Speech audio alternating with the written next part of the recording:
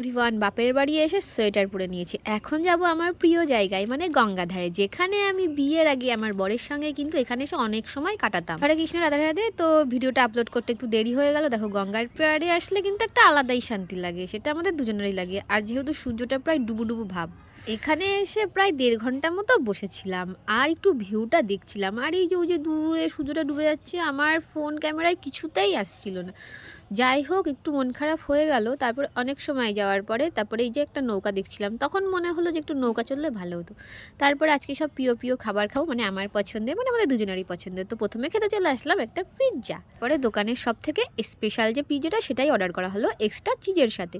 তো দেখো, বরমশাই তো বাইরে দেখিয়ে দেখিয়ে পিৎজা খায়, আজকে দুজনে মিলে একসাথে খাচ্ছি। আর সত্যি বরমশাই বলছিল সত্যি পিৎজার কোয়ালিটিটা অনেক ভালো, তো মাঝে মাঝে কিন্তু খেতে হবে। আর 10 মিনিটের মধ্যে এটা তৈরিও হয়ে গিয়েছিল। তো এবার আরও একটা পছন্দের খাবার, সেটা হচ্ছে বিরিয়ানি, সেটাও নিয়ে নিলাম। আর আইসক্রিমও ছিল, কিন্তু ঠান্ডার মধ্যে আইসক্রিম একদম খেতে দিল না। তারপরে কেক নিয়ে বাড়ি চলে গেলাম। ভিডিওটা কেমন লাগলো অবশ্যই জানিও। দেখা হচ্ছে পরের ভিডিওতে। টাটা।